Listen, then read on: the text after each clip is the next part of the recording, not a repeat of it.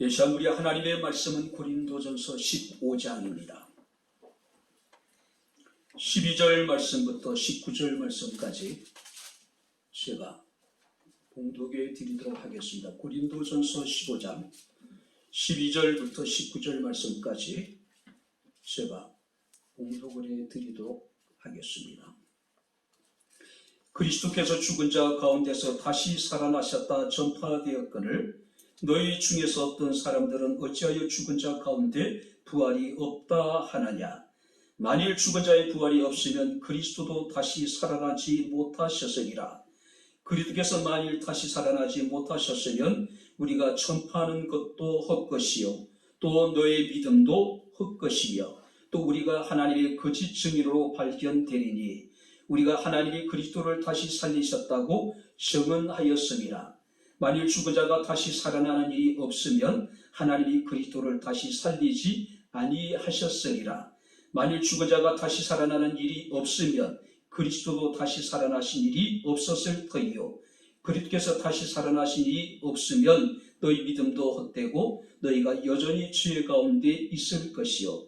또한 그리스도 안에서 잠자는 자도 망하였으리니 만일 그리스도 안에서 우리가 바라는 것이 다만 이 세상의 삶뿐이면 모든 사람 가운데 우리가 더욱 불쌍한 자이리라. 아멘.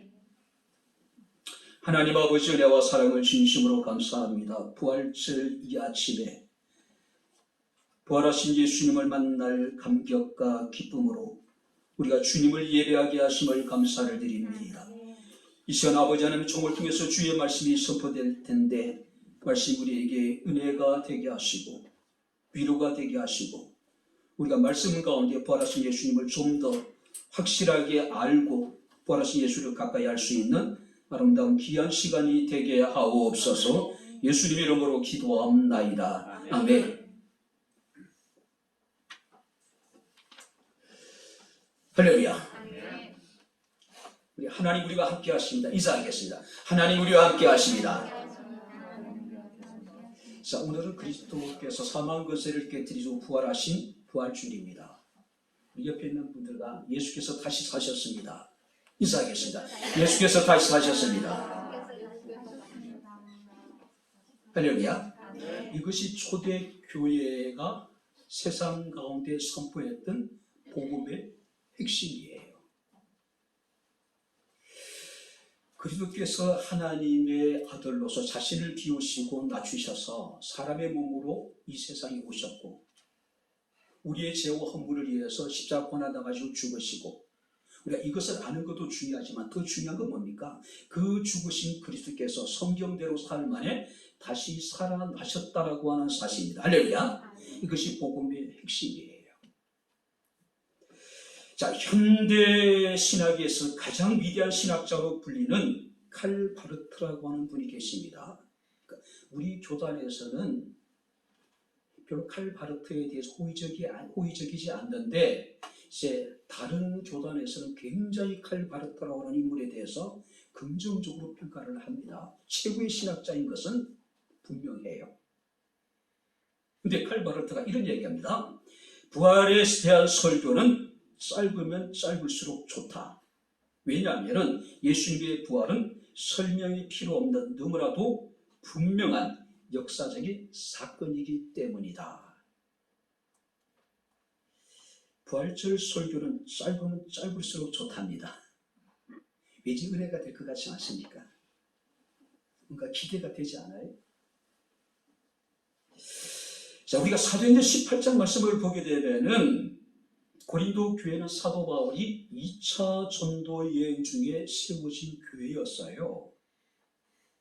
바울이 천막을 만드는 일을 하고 있었는데 같은 이제 천막을 만드는 일을 했던 아굴라와 브리스가라고 하는 이 두 부부를 만남으로 바로 이 고린도 교회가 시작이 됩니다. 자, 바울은 이 고린도에서 1년 6개월 동안 복음을 전하게 되고 바울이 전한 복음을 고린도의 많은 사람들이 듣고 그리스도를 영접하게 됩니다. 그렇게 탄생되어진 아름다운 교회가 바로 이 고린도 교회였어요. 자, 그런데 바울이 이제 전도자로서 고린도 교회를 떠나고 난 이후에 고린도 교회는 많은 문제들이 발생하기 시작합니다. 먼저 바울의 사도직에 대해서 의문을 제기하는 사람들이 나타나기 시작한 거예요. 바울은 그리스도께서 생존해 계신 동안에 공생의 기간 동안에 한 번도 그리스도와 함께한 적이 없었던 사람이란 말이에요. 실제적으로 그는 그리스도로 직접 가르침을 받은 적도 없었고, 그 부활하신 예수님을 직접 그가 이제 다른 제자들처럼 현장에서 본 것이 아니었잖아요. 물론 나중에 다메섹 도상에서 만나기는 했지만, 그래서 많은 사람들은 바울의 사도직에 대해서 의문을 제기해요. 뿐만 아니라 성도 간의 분쟁이 벌어지게 되고 교회 안에 윤리적인 여러 가지 문제가 발생하기 시작합니다. 그리고 이단이 들어오게 되고 교회 안에 우상 숭배가 이루어지게 되고 다양한 은사들이 남용되어지게 되고 또 성도들 간의 어떤 소송 문제가 벌어지게 됩니다. 자, 이로 인해 가지고 고린도 교회는 세속화되어지고 또 생명력을 잃어가고 있는 상황이었습니다.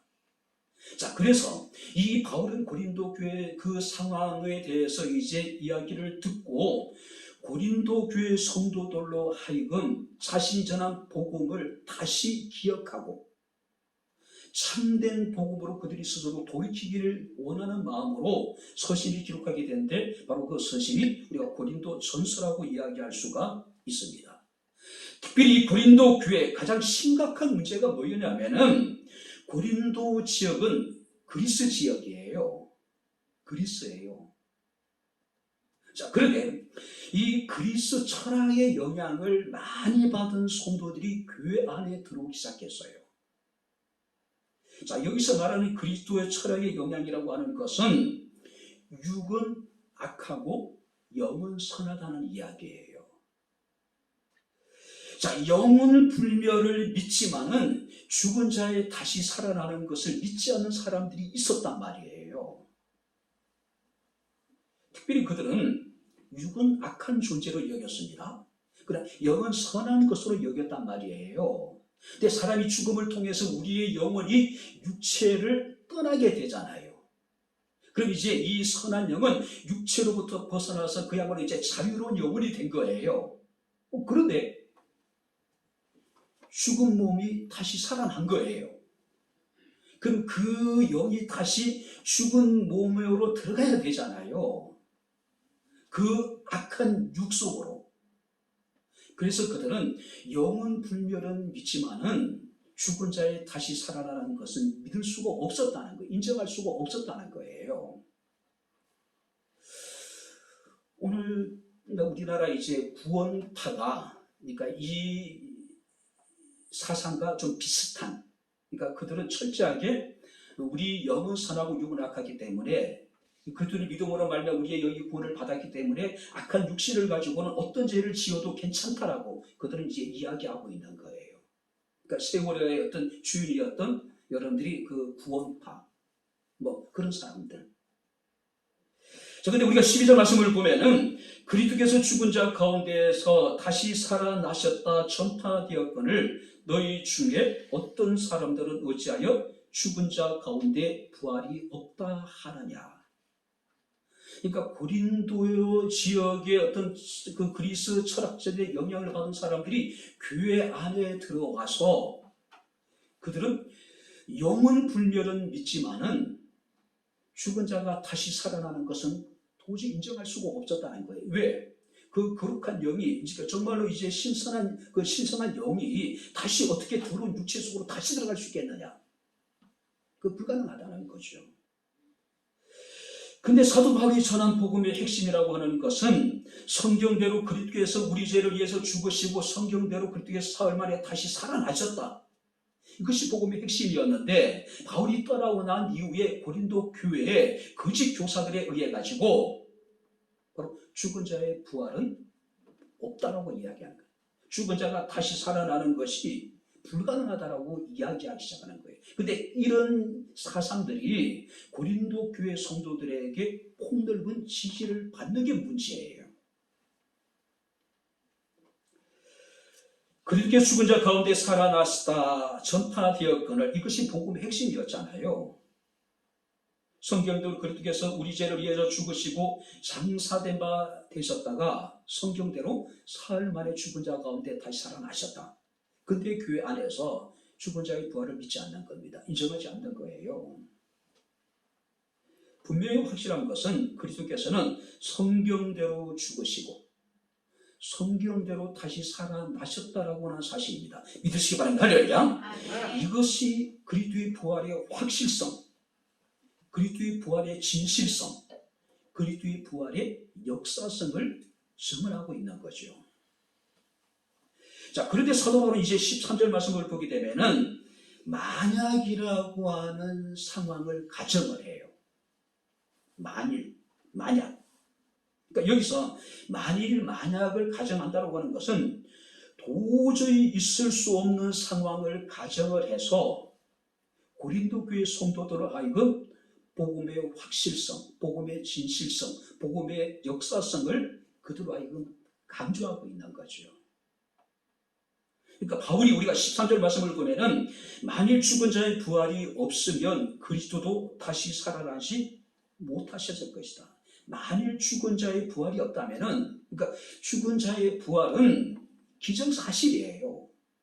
누구도 부인할 수 없는 역사적인 사건이었단 말이에요. 그럼에도 불구하고 바울은 그 도저히 있을 수 없는 죽은 자의 부활은 우리는 확실하다고 믿고 죽은 자의 부활이 있을 수 없다는 걸 우리 도저히 믿을 수 없는 거잖아요. 근데 바울은 그것을 지금 가정하고 있는 겁니다. 만일 죽은 자의 부활이 없으면 이 이야기 속에는 죽은 자가 다시 살아나는 것에 대해서 기정사실화시키고 만일 1000분의 1, 10,000분의 1 혹시라도 죽은 자가 다시 살아나는 것이 없다면은 그렇게 전제를 하고 있는 거예요. 이것은 부활의 확실성을 전제로 죽은 자의 부활이 없을 경우에 우리는 어떻게 될 것인가에 대해서 가정에서 지금 이야기하고 있는 거죠. 19절 말씀을 보게 되면 사도 바울은 이런 얘기합니다. 모든 사람 가운데 우리가 더욱 불쌍한 자다. 만약에 죽은 자가 다시 살아난 일이 없다면은 세상에서 우리가 가장 불쌍한 사람이다. 가장 불쌍한 사람이다. 사랑하는 성도 여러분들, 우리 그리스도께서는 성경대로 죽으시고 성경대로 죽은 자 가운데서 다시 살아나셨음을 우리는 믿습니다. 할렐루야.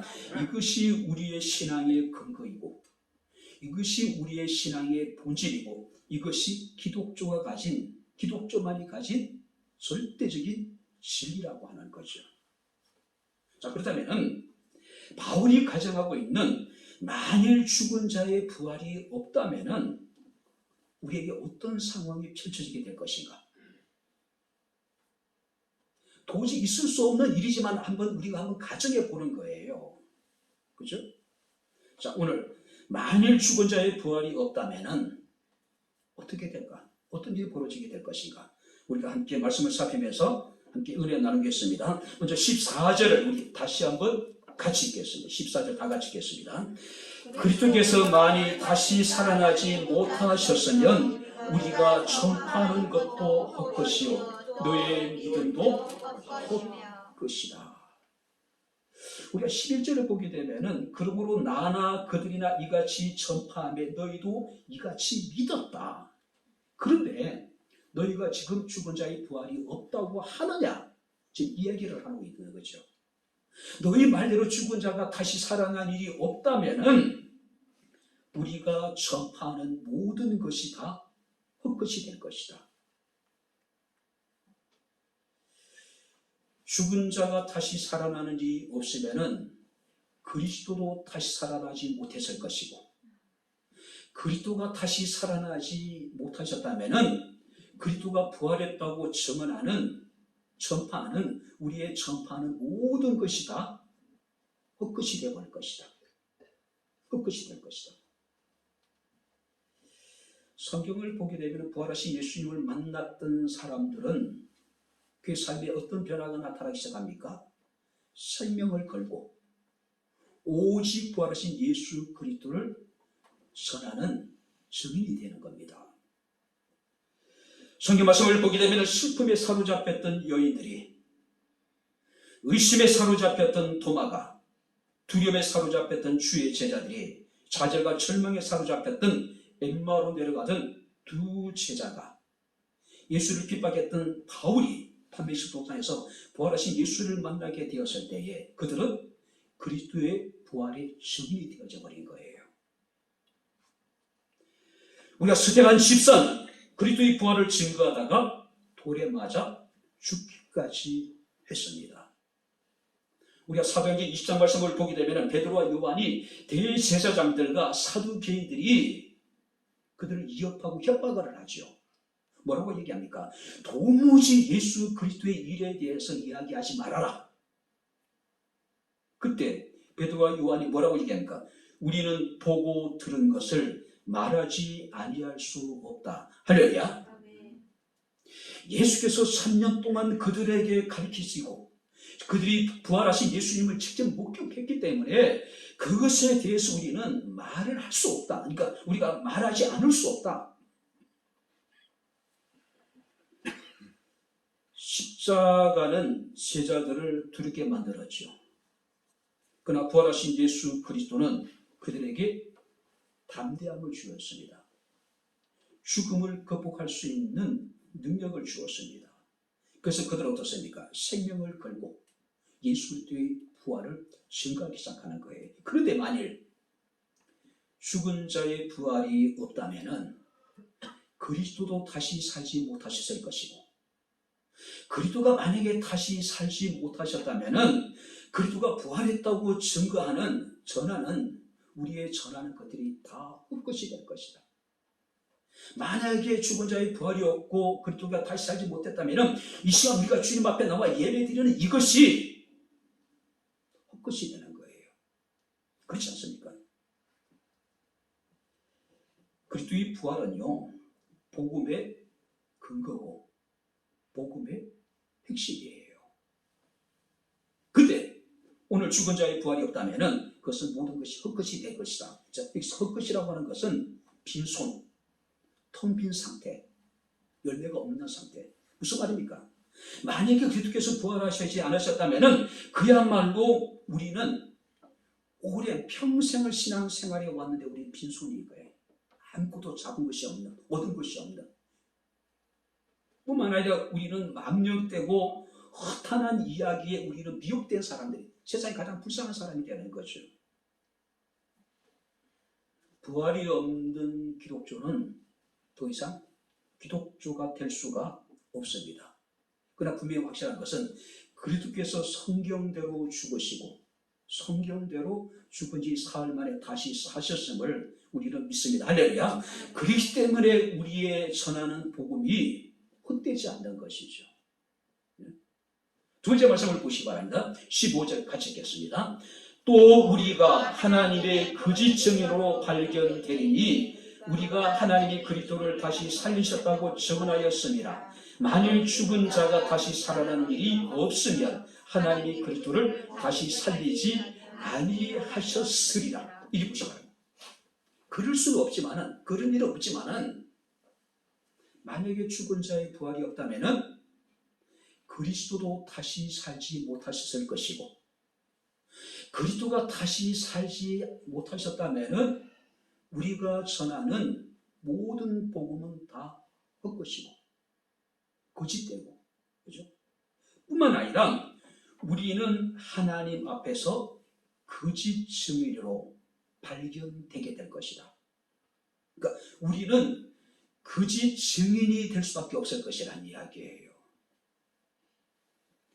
오늘 이 15절을 직역을 하게 되면 이렇습니다. 그리고 우리가 또한 하나님의 거짓 증인들로 발견될 것이다. 왜냐하면 우리가 하나님에 대항하여 그리스도를 일으키셨다는 것을 증언했기 때문이다. 이런 이야기예요. 죽은 자가 다시 부활할 일이 없다면 하나님이 그리스도도 살리지 않으셨을 것이다. 못하셨을 것이다. 그러니까 하나님이 그렇다면 그리스도를 다시 살리지 않았는데 우리가 그리스도가 부활했다고 증언했으니 우리는 하나님에 대해서 거짓 증언을 한 것이고 사람들에게도 우리는 거짓 증언을 한 것이다. 이거 심각한 중대한 신성모독이에요. 상상해 보세요. 하나님이 그리스도를 살리지 않았는데 사람들이 지금 하나님이 그리스도를 살리셨다고 지금 이야기하고 있는 거예요. 하나님에 대항해서 이것은 우리가 하나님의 이름을 이용해서 빙자해서 사람들에게 거짓말하고 있는 거예요. 하나님의 신성모독이고 사람들에 대해서 우리가 거짓말을 하고 있는 거예요. 지금 그 얘기를 하고 있는 거예요. 만약에 그리스도가 다시 사는 일이 없었다면 지금 역사의 2000년 동안 수많은 사람들이 자신의 생명을 걸고 자신의 모든 것을 희생하면서 주의 부활을 증거할 수 있었을까? 과연 그들이 증인의 삶을 살 수가 있었을까? 그러나 2000년의 기독교 역사 속에서 그리스도의 부활은 수많은 주의 사도들과 제자들과 증인들과 또 순교자들에 의해서 끊임없이 증거되고 있다는 사실이에요. 왜? 그것이 참이기 때문에. 참이기 때문에. 여러분들이 순교라고 하는 헬라 단어 의미 속에는 증거 또 증인이라고 하는 뜻이 포함되어져 있어요. 그러니까 순교자는 어떤 사람들입니까? 바로 자신이 본 것을 자신의 생명을 걸고 증거하고 증언하는 사람들. 기독교 역사에서 과연 순교자가 얼마나 될까요? 말로 상상할 수 없을 정도로 많은 인물들이 그 뒤 복음을 증거하다가 순교의 제물을 하나님 앞에 드리게 되는 거죠. 지금까지 그리스도의 부활을 부인하는 많은 이야기들이 있었죠. 예수님은 죽은 것이 아니라 기절했다. 또 예수님의 시신을 주의 제자들이 도적질해 갔다. 예수님의 제자들이 로마 군인들을 돈으로 매수했다. 돈으로 매수한 것은 사내들이 고위원들이고 제사장들이었지 사두개인이었지 주의 제자가 아니었잖아요. 주의 제자들은 지금 도망가기에 급급했잖아요. 어떤 사람들은 환상설을 주장합니다. 예수님의 제자들이 너무나도 예수님을 그리워했기 때문에 그들이 집단적으로 환상을 봤다는 이야기죠. 그리고 어떤 사람들은 신화설을 주장합니다. 사람들이 만들어낸 허탄한 신화, 그러니까 믿을 수 없는 것이라는 거죠. 그러나 우리가 5절부터 7절 말씀을 보니까 성경대로 사흘 만에 살아나신 그리스도는 여러 제자에게 자신을 계시하셨어요. 성경을 보게 되면은 먼저 베드로에게 보이시고 12제자에게 보이시고 500여 명의 형제에게 보이시고 뿐만 아니라 주의 형제였던 야고보에게 보이시고 그리고 나중에는 만삭되지 못한 자라고 스스로 칭하고 있는 바울에게 보이시고 그걸 뭘 말합니까? 그리스도의 부활은요 은밀한 곳에서 비밀스럽게 이루어진 사건이 아니라는 거죠. 사람들이 조작해낸 사건이 아니라는 이야기예요. 오늘 공개적으로 역사적으로 일어난 사건이 그리스도의 부활이라고 하는 겁니다. 자유주의 신학자들은 주장하기를 이 부활에 대해서 사람들이 만들어낸 허탄한 신화라고 이야기를 해요. 그러나 이 그리스도의 부활은 역사적인 실제 사건이다. 할렐루야. 진실한 사건이에요. 공개적으로 수많은 사람 가운데 이루어진 사건이라는 거죠.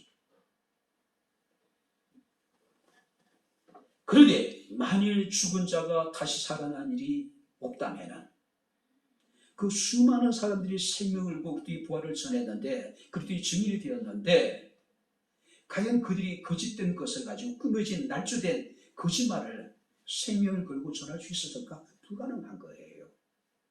그것이 참이기 때문에 그것이 진실하기 때문에 그 역사적인 사건이기 때문에 기꺼이 자신의 생명을 바쳐가면서까지 복음을 전할 수 있었다는 거죠. 만일 죽은 자의 부활이 없다면 그리스도도 다시 살지 못하실 것이고 그리스도께서 다시 살지 못하셨다면은 사도들과 제자들과 수많은 순교자들의 증언이 헛될 것이다. 근데 성경은 우리에게 분명히 말씀을 하고 있습니다. 그리스도께서 성경대로 우리 죄를 위하여 죽으시고 성경대로 사흘 만에 다시 살아나셨다. 할렐루야. 뿐만 아니라 우리가 그리스도께서는 죽은 자 가운데 살아나사 잠자는 자들의 첫 열매가 되셨다라고 이야기를 합니다. 죽은 자의 부활이 없다면 우리가 믿을 수 없는, 있을 수 없는 일이지만은, 그죠? 그러나 분명히 성경은 그리스도께서 다시 살아나셨다는 거죠. 그렇기 때문에 우리가 전하는, 우리가 증거하고 증언하는 그 일이 참되다라고 하는 거죠. 마지막으로 세 번째 17절 말씀을 보시기 바랍니다. 그리스도께서 다시 살아나신 일이 없으면 너희 믿음도 헛되고 너희가 여전히 죄 가운데 있을 것이요. 너희 믿음도 헛되고 너희는 여전히 죄 아래에 있을 것이다. 자, 여기 보시면 뿐만 아니라 18절 말씀을 보게 되면은 또한 그리스도 안에서 잠자는 자도 망하였을 것이다. 자, 그러면 우리의 믿음이 뭐라고 말씀드렸습니까? 우리의 믿음의 핵심이 뭐예요? 복음의 핵심이 뭡니까? 그리스도께서 성경대로 우리 죄를 위해서 죽으시고 성경대로 죽은 자 가운데 다시 살아나셨다. 이것이 복음입니다. 우리 이것을 믿는 거예요. 만약에 그런데 죽은 자가 부활하는 것이 없으면은 그리스도가 죽은 자 가운데 다시 살아나셨다는 것을 믿는 우리의 믿음이 어떻게 될까요? 다 거짓이 될 거란 이야기예요. 얼마나 공부해요? 로마서 4장 25절에 사도 바울은 로마교회 성도들에게 예수는 우리 범죄함을 위하여 내어 준비되고 또한 우리를 의롭다 하심을 위하여 살아나셨느니라. 근데 죽은 자의 부활이 없다라고 우리가 어떻게 이야기할 수 있겠어요? 그죠? 우리가 예배 때마다 고백하는 사도신경을 여러분들이 기억하시겠죠? 본디오 빌라도에게 고난을 받으사 십자가에 못 박혀 죽으시고 장사한 지 사흘 만에 죽은 자 가운데서 다시 살아나시며 할렐루야. 이걸 믿는 거잖아요. 죄를 사하여 주시는 것과 몸이 다시 사는 것과 영원히 사는 것을 믿는 것, 이것이 믿음이잖아요. 그런데 죽은 자의 부활이 없다면 그리스도께서 다시 살아나지 못하셨을 것이고 그리스도께서 다시 살아나지 못하셨다면 우리가 믿는 모든 것이 다 헛것이에요. 다 헛것이에요.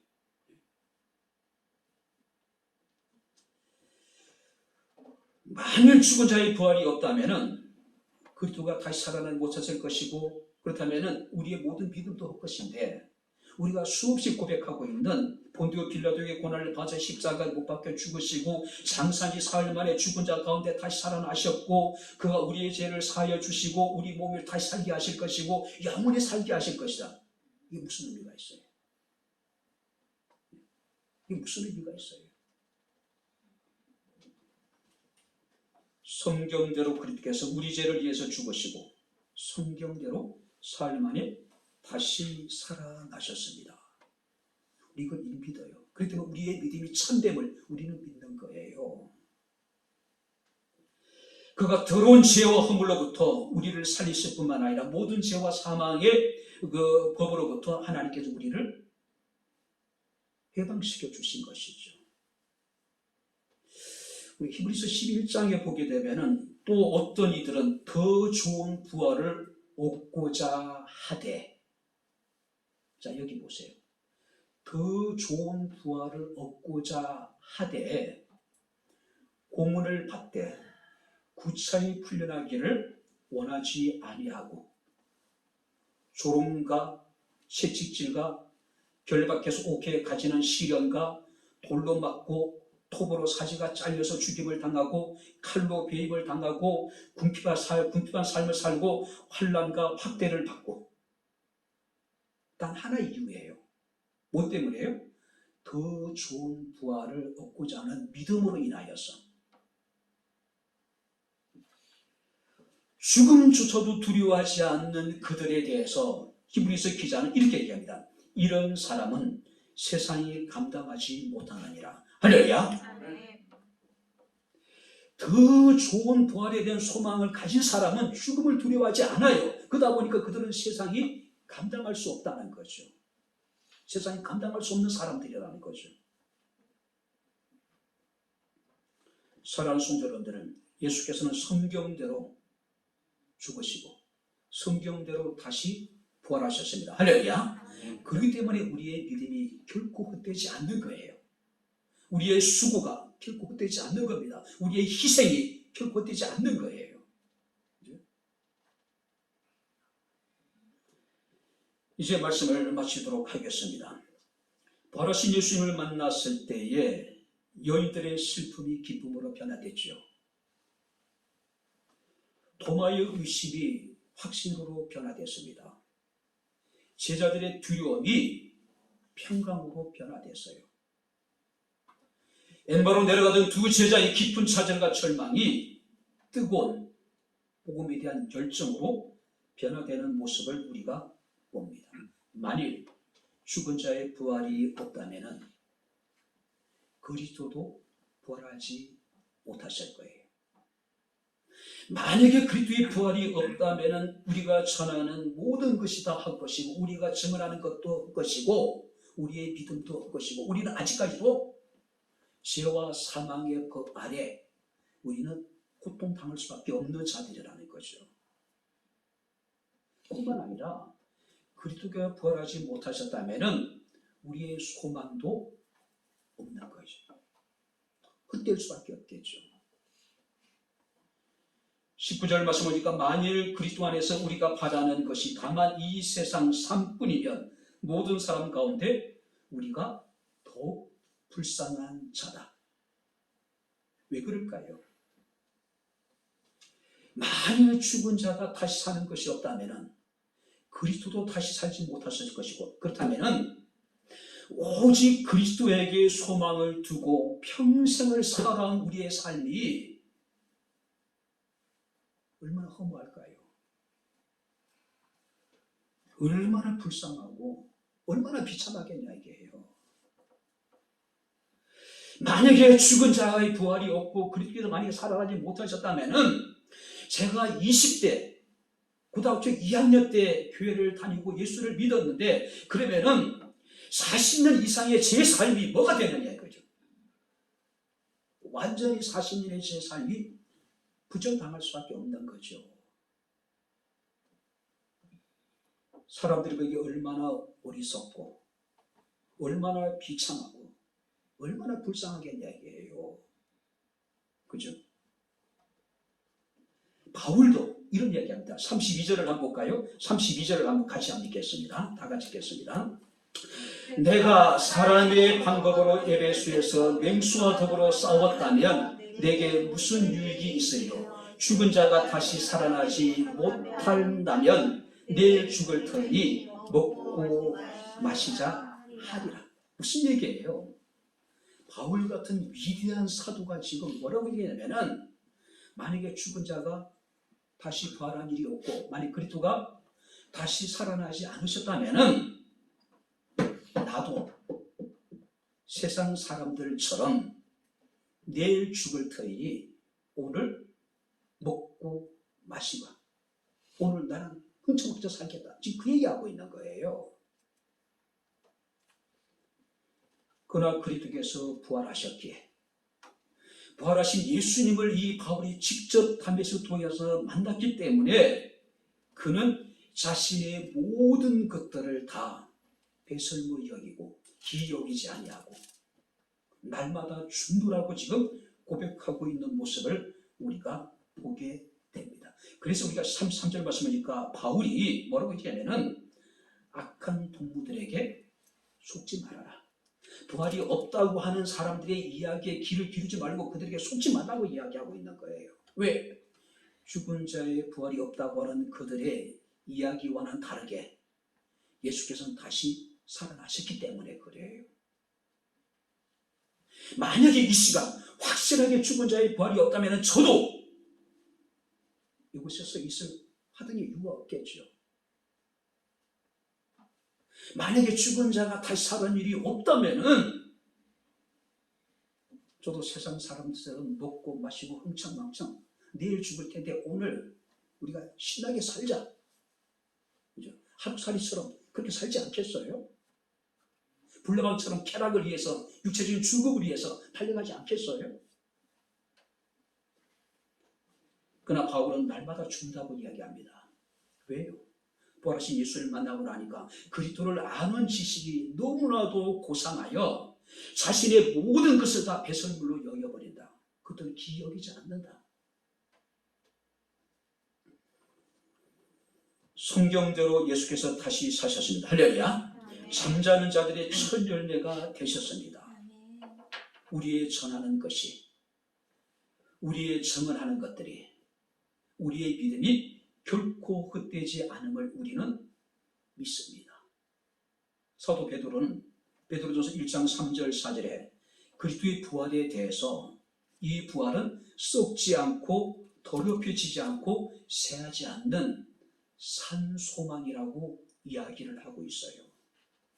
우리는 산 소망을 가진 사람들입니다. 할렐루야. 죽은 소망이 아니라 살아있는 소망을 가진 사람이라는 거죠. 확실한 소망이라는 거죠. 예수께서 마르다에게 물으셨습니다. 자, 이게 보세요.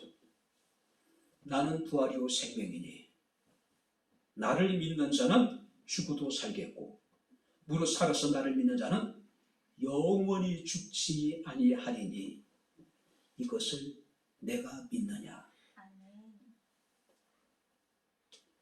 오늘 여기 보시기 바랍니다. 예수께서 오늘 이곳에 오셔서 지금 여러분들에게 묻고 계셔요. 지금 나에게 묻고 계신 거예요. 나는 부활이요 생명이니 나를 믿는 자는 죽어도 살겠고 나를 무릇 살아서 나를 믿는 자는 영원히 죽지 아니하리니 이것을 내가 믿느냐. 자, 이 주님의 물음에 대해서 스스로 대답해 보시기 바랍니다. 이것을 내가 믿느냐. 할렐루야. 자, 마칩니다. 58절 읽고 마치겠습니다. 58절. 이것을 믿는다라고 고백을 했어요. 그렇다면은 자, 58절 같이 읽겠습니다. 그러므로 내 사랑하는 형제들아 견실하며 흔들리지 말고 항상 주의 일에 더욱 힘쓰는 자들이 되라. 이는 너희 수가 주 안에서 헛되지 않은 줄 알리라. 그리스도께서 성경대로 죽으시고 성경대로 다시 살아나셨습니다. 할렐루야. 이것을 믿습니다. 할렐루야. 그렇다면은 내 사랑하는 형제들아 견실하여 흔들리지 말고 항상 주의 일에 더욱 힘쓰는 자들이 되라. 너희 수고가 주 안에서 헛되지 않은 줄 알미라. 할렐루야. 기도하겠습니다. 하나님 아버지, 하나님의 은혜와 사랑을 진심으로 감사합니다. 만일 죽은 자의 부활이 없다면 그리스도도 다시 살지 못하셨을 것이고 그리스도가 다시 살아난 일이 없으면 우리의 전하는 것도 우리가 증언하는 것들이 우리의 믿음이 헛됨을 우리가 압니다. 하지만 그리스도는 성경대로 죽으시고 성경대로 사흘 만에 부활하셨음을 믿습니다. 우리의 전하는 것들이 우리가 증거하는 것들이 우리가 믿는 것들이 결코 헛되지 않음을 감사를 드립니다. 나는 부활이요 생명이 나를 믿는 자는 죽어도 살겠고 무릇 살아서 나를 믿는 자는 영원히 죽지 아니하리니 이것을 내가 믿느냐라고 말씀하신 주님 우리가 믿습니다. 견실하여 흔들리지 아니하게 하시고 항상 주의 일에 더욱 힘쓰게 하옵소서. 우리의 수가 주 안에서 결코 헛되지 아니함을 우리가 믿고 확신하며 주를 위해 수고하되 많이 수고하는 자들 되게 하옵소서. 부활의 감격과 기쁨을 가지고 하나님을 섬기며 교회를 섬기며 맡긴 사명을 감당케 하옵소서. 예수님 이름으로 기도하옵나이다. 아멘.